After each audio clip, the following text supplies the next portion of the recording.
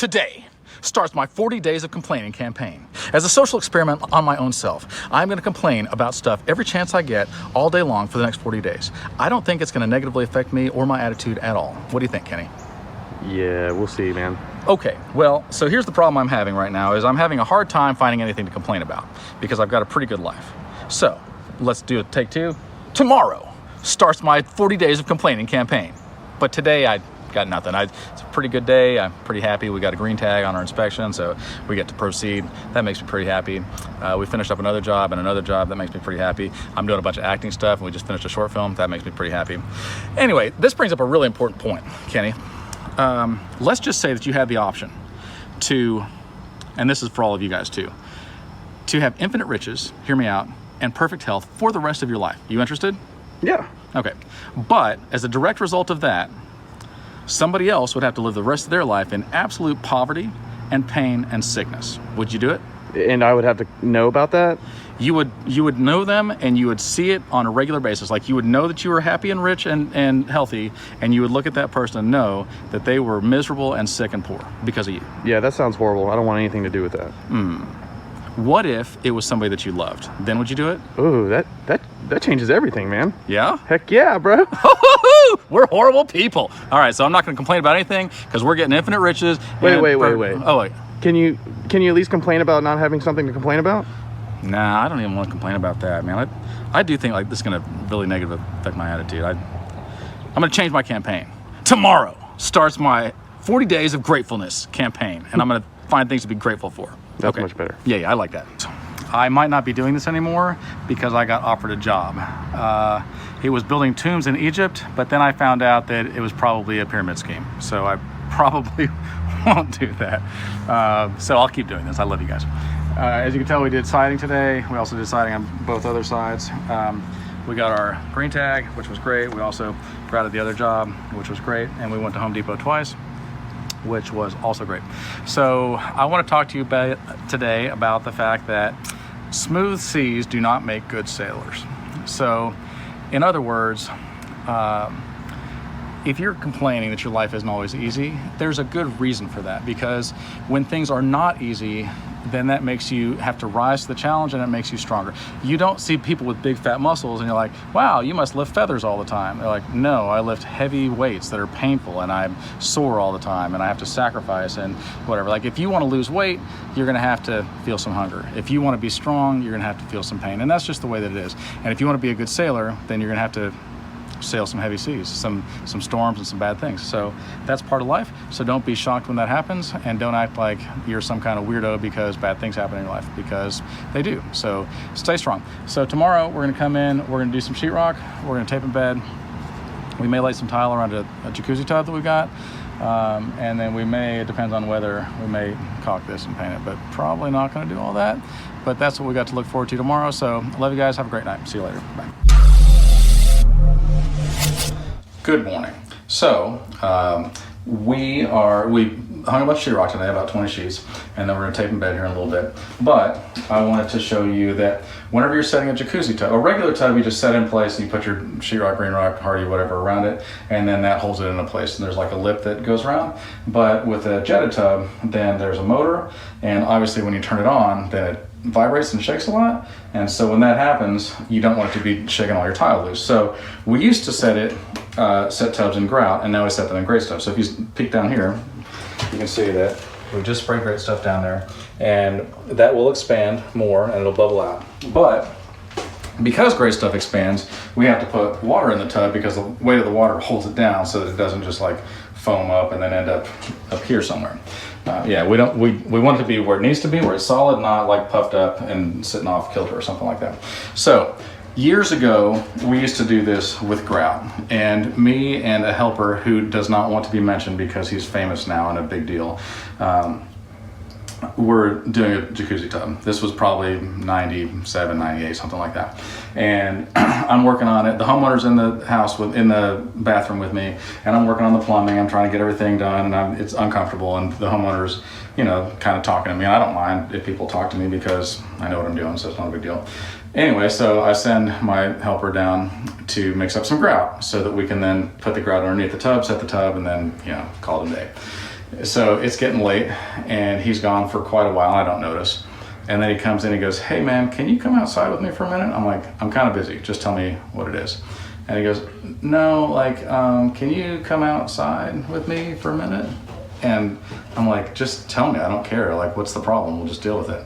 And he goes, "I really need you to come outside." And so I looked at the homeowner and I'm like, "Oh, right." So I go outside and he says, "I mixed this grout way too wet. It is just like water. It's not gonna hold the tub at all." He goes, "Can I mix grass in there?" And I was like, "No, you cannot mix grass in there." And he goes, "The ancient Egyptians did it in the pyramids." I'm like, "That's true, but we're not gonna do that." So he goes, "I mixed way too much water. There is no more grout. Home Depot's closed because it's late. We have to get this tub set today. I don't know what else in the world to do. We don't have any more grout." And I'm like, "Darn it." So I look around and I'm like, "What about the joint compound?" And he goes, "Already in there." I was like, "Darn it." I was like, "What about that stuff?" And he goes, "Already in there." And I'm like, "Well, what about that?" And he goes, "Already in there." I'm like, "Well, what's not in there?" And he goes, "Grass." And I was like, "Darn it." So this is a true story. So I'm like, "We'll try it." So we put grass in there and we mix it up, and sure enough, that grass soaked up all the moisture. We set the tub. It totally worked. We never got a call back. Like, it set the tub. So don't do that for grout, like on your walls or on your floor or anything. But if you need to know, in a pinch, you can use grass to thicken up your grout. So I thought that was a pretty funny story. Anyway, we are gonna do some tape and bed after lunch, and then there's a slim possibility that we'll do tile today, but probably not. I think we're gonna do tile tomorrow. So we'll do tile all the way around this thing, and then of course around the skirt. And let's take a quick look in here. So we did, we're gonna do all the tape and bed in this room, and let's go on out there where we need less light. We still gotta do some sheetrock here. Oops. Learn how to avoid walls. And then obviously we gotta tape and all this stuff and then unplug it. So that's what we're working on, and we'll let you guys see later. All right, bye. So we got all the sheetrock up today and all the green rock up today. We set the tub and we did all the tape and bed one coat, and also we did this, filled in this channel. So where the old house was and where the brick was, right down here, then we had to meet it with new, and then we busted the brick out and we had to fill in that channel. Kenny did that by himself. He did a great job. Kenny does a great job all the time. I'm super proud of him, and I love him a lot. Today we were having a pretty good conversation, Kenny and I, and we wanted to share a couple things with you. So first of all, people talk a lot about walking the extra mile, and I hear people talk about it a lot. I don't necessarily see a lot of people actually do it. They probably think they're doing it, but maybe not so much. So you're probably wondering, where did that term come from? When Jesus said, we need to turn the other cheek, we need to love our enemies, we need to walk the extra mile, what was he referring to? I'm glad you asked. So the Roman Empire had conquered Israel among many other countries, and it was Roman law that any Roman soldier could take any Jew and say, "You have to carry all of my gear for exactly 1 mile," and that was the law. And so any Roman soldier could get any Jew and just force them to carry their gear, all their packs and their, it was a lot of weight, 100 pounds or whatever, their sword and their shields and their gear and their food and whatever, all their supplies. And they would march it off. I mean, the Roman soldiers were very precise, and they just dunk, dunk, dunk, dunk, dunk, dunk, stop, Jew, you're done. And they could put their stuff down, and they'd probably say some harsh words, and off they'd go, right? And that was standard. They did not like the fact that the Romans were in their country. They did not like the fact that they were treated poorly. They did not like the fact that they were taxed. They did not like the fact that they had to be forced to carry their enemy's stuff for a mile and help them out. They did not like that. It was unfair, and it was abusive and mean and whatever. So when Jesus said, when somebody makes you walk with them a mile, then you walk an extra mile after that, that didn't mean that you did what you were supposed to do and then grumble and complain about it. That's not what that means. That's not walking the extra mile. That doesn't mean that you just do it and then give 1% more. What that meant was you walk the full mile, and then whenever he stops and he goes, "Jew, you're done, give me my stuff back," then that person would say, "I'll walk with you another mile. I'll carry your stuff for you for another mile." At which point, this soldier, that disarms them, right? Because they're ready for a fight, they're prepared for a fight, they're ready to bow up on somebody and tell them how it is or whatever. And then when somebody comes and says, I did what I had to do, and now I'm doing this extra because I want to, because I want to help you, because I want to show you what it really means to be a Christian.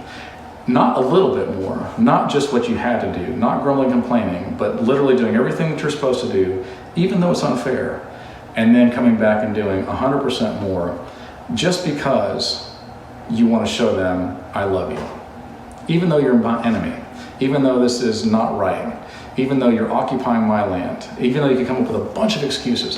The problem is that I think everybody wants to do good, right? And they want to think of themselves as good people. But what we do is we dehumanize other groups of people so that we can do horrible things to them, right? If we can dehumanize, if you're a Republican and you dehumanize the Democrats, or you're a Democrat and you dehumanize the Republicans, you say, look at all the bad things that they do, that person deserves to, they're an idiot, and maybe they deserve to die. Or somebody of a different skin color, or somebody that believes a different thing, somebody from a different country. They're an idiot and they deserve to die. And we dehumanize them. We don't make them into a human, we make them into an enemy, right? But rather than that, if we can make our enemies into our friends, that is a powerful thing. And love is more powerful than hate. So I think that that is a very interesting thing. I do want to share something.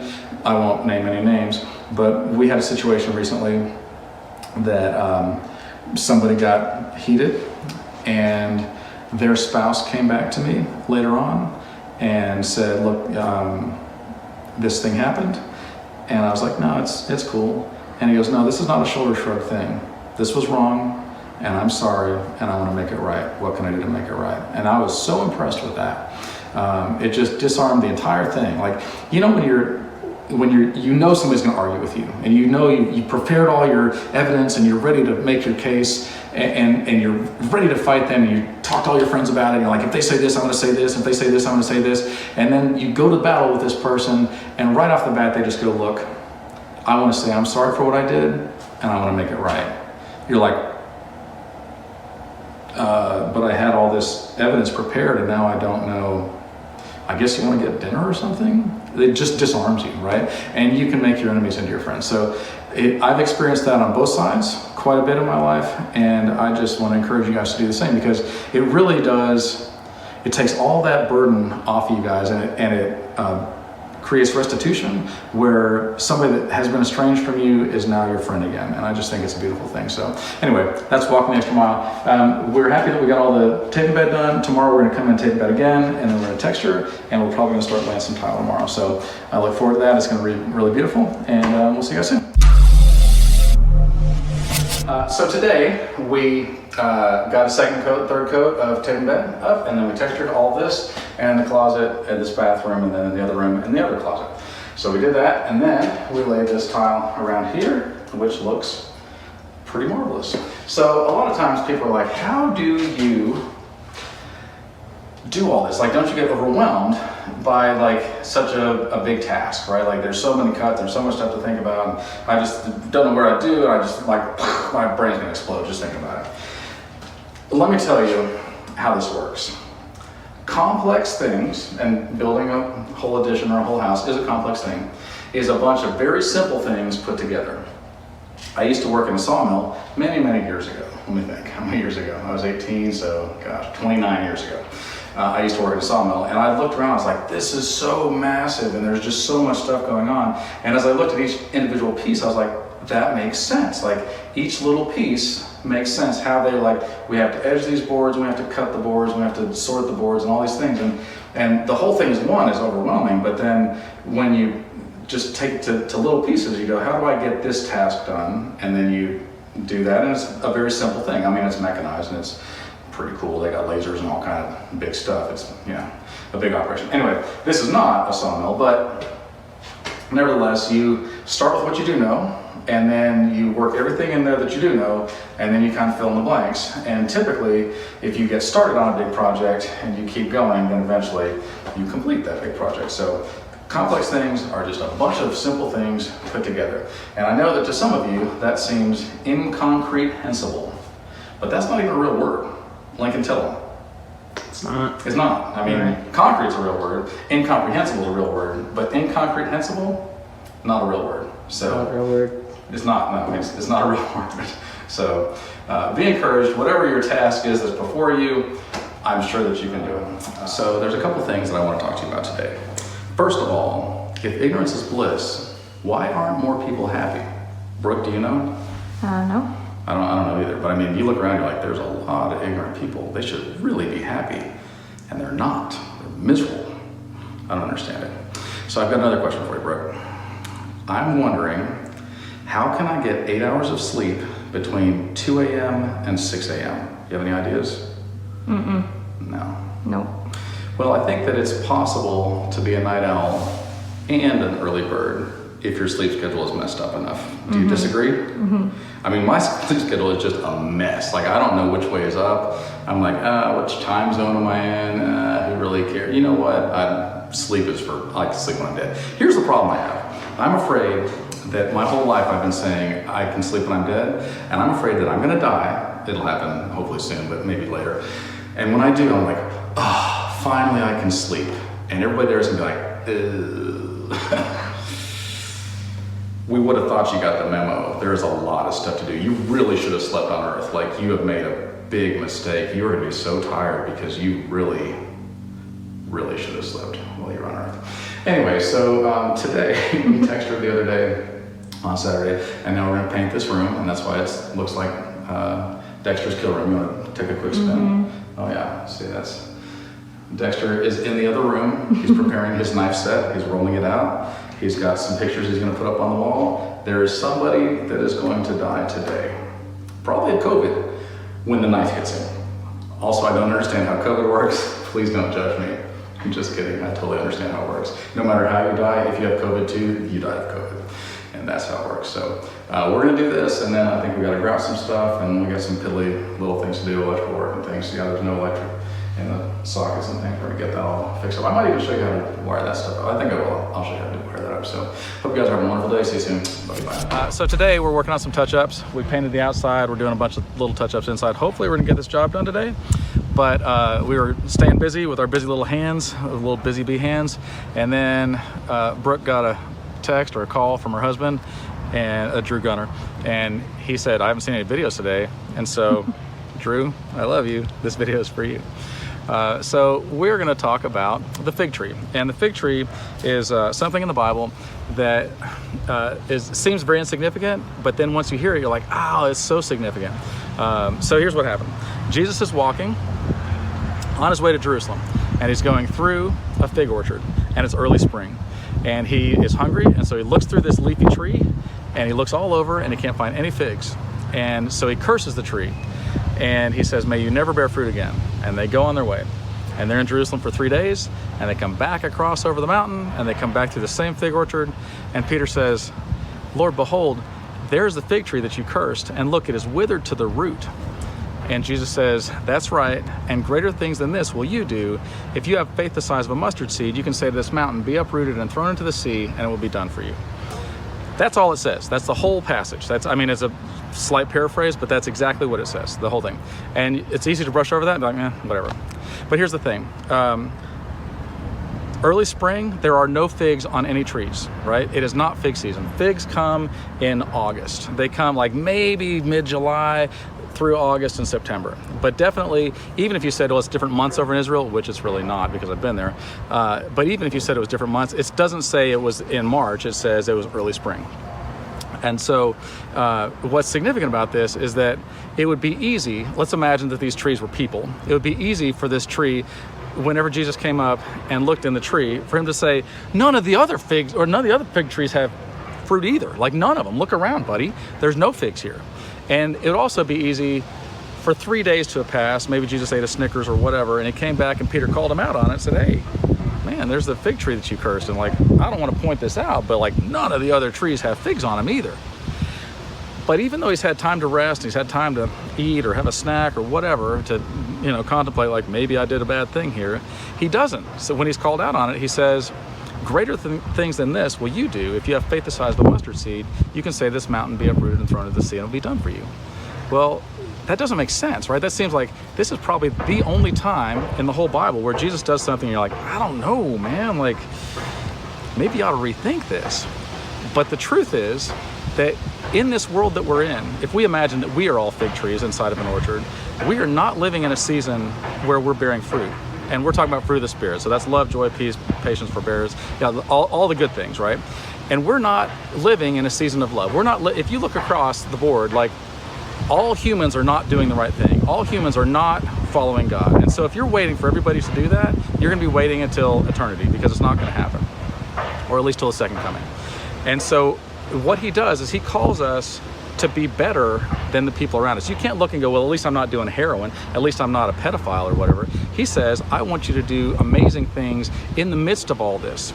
In the midst of all this hardship, in the midst of nobody else doing it at all, I still want you to turn the other cheek. I want you to walk the extra mile. I want you to love your enemies. I want you to do amazing things. I want you to do miracles. And I want you to stand firm and be strong and courageous because I have given you what you need. And if you have faith that's the size of a mustard seed, which is the smallest seed, then anything can be done for you. So even though you're in a world where nobody else is doing the right thing, you can't point the finger at somebody else and say, well, they're not doing it either. And if you decide, I'm gonna have the faith to follow God and to do what he says and to obey him, then he will provide what you need. And I see a lot of people and they're like, I don't know what God's will is in my life. I wish that God would tell me what his will is in my life. Step number one, open up your Bible and read it. Step number two, do what it says. A lot of people just don't do that and they're like, I don't know, God's just quiet. I'm like, listen, go to the places where he is. Are you going to church? No. Are you reading his word? No. Well, then it might be on you. He might be talking and you might not be answering your text. So anyway, that's not meant to criticize anybody at all because look, I am not a perfect person. That is meant to encourage you that we are all in the same boat here together. I am one beggar telling another beggar where I found bread, and this is where I found bread. Is I thought that this was a very interesting thing that has spurred me on to try to practice this in my real life, and I have for a very long time now. I even wrote a song called The Fig Tree, and hopefully we'll have some drums to that soon and I can make a video. Justin Jones, I just want to call Justin Jones out because I love him so much and he's a great guy. He has been producing a song that I recorded a while back called I Will Run With Horses, and that video should be coming soon. So Justin, I love you and thank you so much. I know my texts are very short, just like, yeah, whatever, I'll do it, thanks, bye. But just understand that in my heart, like, I have so much respect for you and you're such an amazing musician, such a great person, and I just love you. And Drew Gunner, see you soon. All right. Do you guys know anybody who knows everything? Sometimes you meet these people and you're like, so you literally know everything? That must be just wonderful. So that means that you're not teachable at all. So when there's something new, you will not learn it. That's a sad place to be in life. Also, let's talk about another sad place to be in life. Doing shows and doing really just life in general, I've found that sometimes people are in charge. And I don't know if they just grew up being like the neighborhood bully or what in the world. But when they're in charge, they want to lord it over everybody underneath them. They want to be mean and like, you have to do what I say, and just for like really punish them for being less than them, which is a dumb thing to do. And they just are demanding and difficult and rude. And in their mind, they probably think like, I promote excellence or something like that. But everybody in the world cringes when you come around and you're just difficult. That's not a good place to be, because what happens is today you're somebody's boss, but then tomorrow they're your boss. And they're gonna remember that you were mean and cruel and unreasonable when their turn comes. Now, hopefully you got somebody that's a good person, and when you're rotten to somebody, they turn back around, and when given the opportunity, they're kind to you. Oftentimes, not so much. So my advice to you is be nice to people. Not just people that you think are gonna get you somewhere, but literally everybody. And you might think, I don't have any employees, but the truth is, you kinda do. Like when you go to a restaurant, that waitress or that waiter, that is your employee for a little bit. Be nice to them. It's not so hard, right? Tip them generously. That's all the money that they make. Be kind to them, be forgiving. Like, so what if your drink is like this much empty or whatever? Like, give them a minute. They're doing a lot of work. If somebody's working on your house, don't be difficult. Like, they're working really hard. They honestly probably know a whole lot more than you. But if you're not teachable and if you're not kind, then you're a very unpleasant person to be around, and you will notice that there's a measurable difference in your life and somebody else's life, and it's not for the better. You will notice that you will have less and less friends, you'll be more and more angry, and that will build up inside of you like some kind of a cancer. And everybody will cringe when you come around, and they'll just be like, I tolerate them, or you'll have really rotten friends. And so I encourage you, be kind to people and be teachable and understand that you don't know everything. None of us do. All right, I hope you guys have a great day. Bye. Hello, so we are finally done with this job. And when I say we're done, I mean that our part of this job is done. So somebody else is gonna come up behind us and do the last little bit, which is weird for me, but we'll show you what we did. So this was a room that ended here. And we took this wall out, we put in a beam, and then we added all this over here. So this is all new. The baseboards are not in, they're just roughly in place because I gotta put a laminate floor. We got a closet over there. You can see they're broken. And we got, a laminate closet. It's a cool little one. And then, come this way. This was the back of the house. So this bathroom was just a sink and a toilet. And it had this nasty tile on it, and then they had glued wood laminate onto that tile, and it looked horrible. So we took all that nonsense out. It still looks like a mess because it needs to be painted and whatever. This was a window. We took this out and we made this bigger. So if you come in this room, then we put in the jacuzzi tub. There's going to be a vanity here. I'm going to come back in a couple days and put the vanity in, and that vanity as well. And then the tile needs to be grouted. But then over here, we've got a pretty good sized closet, so she should be happy with that. I'm sure it'll be wonderful. And then we did recessed lights everywhere and blah, blah, blah, blah, blah. So this one, we are wrapping up. It's not completely completed, which is troublesome to me, but I feel like you guys need some closure. So this is it, and we'll see you guys tomorrow. Later that night, Matthew walked into his room and a thought occurred to him. When he went to turn on a light, he never wondered if the darkness would overpower the light. There wasn't really a struggle between darkness and light, or good and evil. This was life-changing to him.